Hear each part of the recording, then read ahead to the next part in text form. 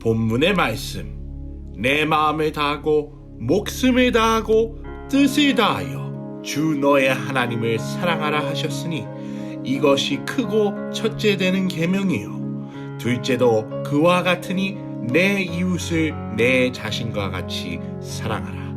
마태복음 22장 37절로 39절 말씀. 아멘.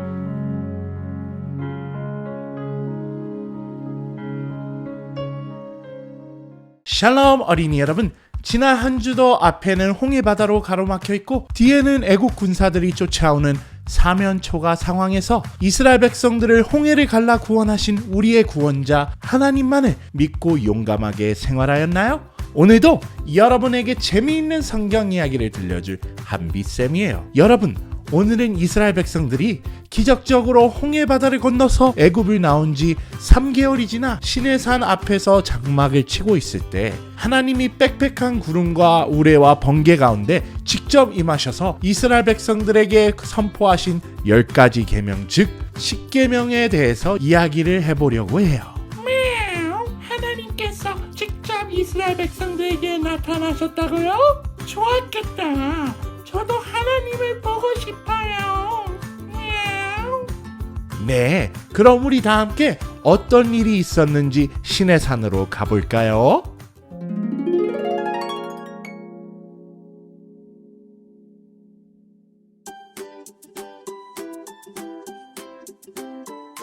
이스라엘 백성들은 이틀 동안 목욕을 하고 옷을 깨끗이 빨고 하나님을 만나기 위해 준비하였지요.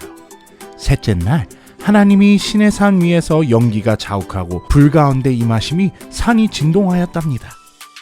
그 거룩한 하나님의 인재하심을 보며 이스라엘 백성들은 벌벌벌 떨었어요. 하나님께서는 모세에게 이렇게 말씀하셨지요. 모세야, 백성들을 시내산으로 올라오지 못하도록 하고 너는 아론과 함께 올라오도록 하여라. 네, 그렇게 하겠습니다. 모세는 하나님의 말씀을 따라 시내산을 올라갔어요.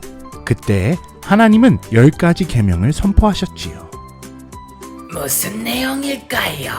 그것이 얼마나 중요하면 하나님이 직접 이스라엘 백성들에게 함께 하시는 모습을 보이시며 말씀하셨을까요?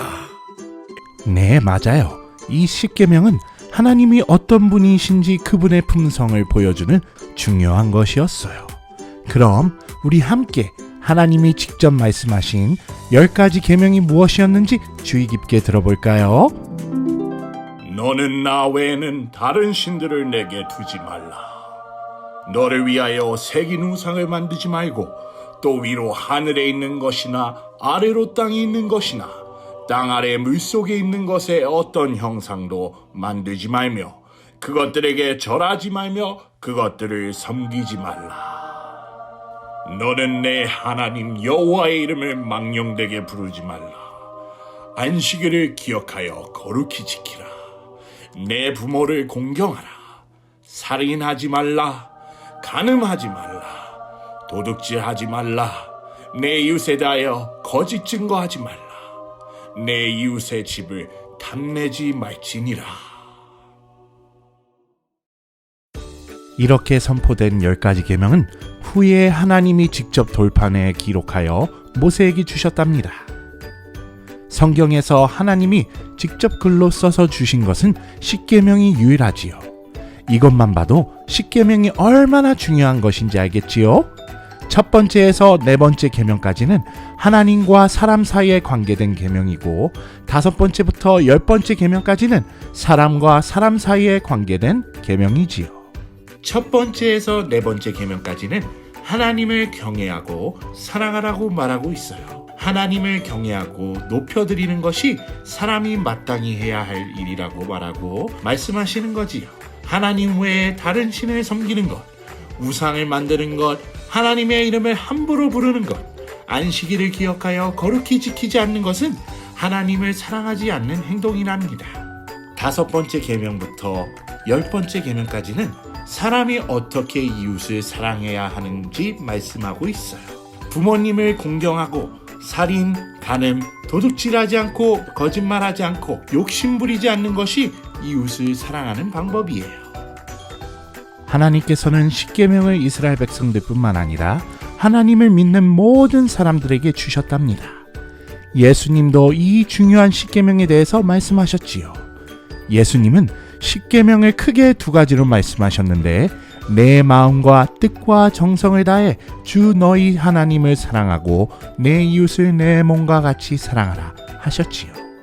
또 예수님은 하나님께서 이스라엘 백성들이 하나님께서 주신 십계명의 의미를 알지 못하고 지키는 것을 보시며 글자 그대로의 십계명이 아닌 하나님께서 주신 그 계명의 본뜻을 말씀해 주셨답니다. 예를 들어 6번째 계명인 살인하지 말라 하는 것을 사람을 죽이는 것만이 아닌 형제를 미워하는 것도 살인하는 것이라고 말씀하셨지요. 여러분 중에 친구를 한 번도 미워하지 않는 사람이 있나요? 어떻게 친구를 한 번도 미워하지 않겠어요? 저를 괴롭히는 친구를 매번 미워하는데 말이죠. 네, 그렇지요. 하나님께서 우리에게 주신 십계명은 우리 힘으로는 지키기 어려운 계명들이지요. 또 첫 번째, 두 번째 계명은 하나님을 최고로 사랑하라고 하셨는데 우리는 재미있는 게임이나 화려한 아이돌, 스마트폰, 돈이나 명예 등을 하나님보다 더 좋아하지는 않나요? 이런 것들이 우상인 것이랍니다. 저도 스마트폰을 좋아하고 온종일 그 생각을 하나님보다 많이 하는 적이 있었는데 그럼 이렇게 지키기 힘든 십계명을 하나님은 왜 주셨나요? 왜요? 네, 고양이가 정말 중요한 질문을 해주었네요. 십계명은 예수님을 알지 못하는 사람에게는 우리 자신의 모습을 비춰주는 거울과 같이 자신이 얼마나 큰 죄인임을 알게 해주어 예수님께로 나오게 해주고 예수님을 믿는 사람에게는 방향을 알려주는 나침판처럼 앞으로 어떻게 살아야 할지를 알려주는 지침이 되는 것이지요.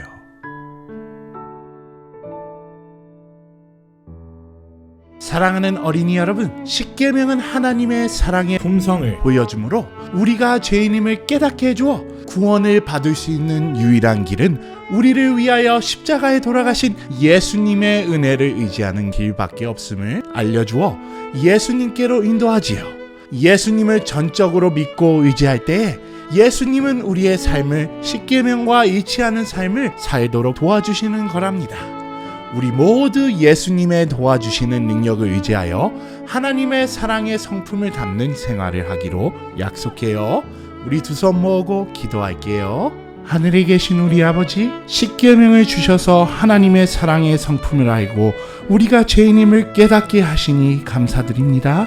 구원이 전적으로 하나님의 은혜요, 예수님을 믿음으로 주신 선물임을 감사하며 살게 하여 주세요. 사랑이 많으신 예수님 이름으로 간절히 기도합니다. 아멘.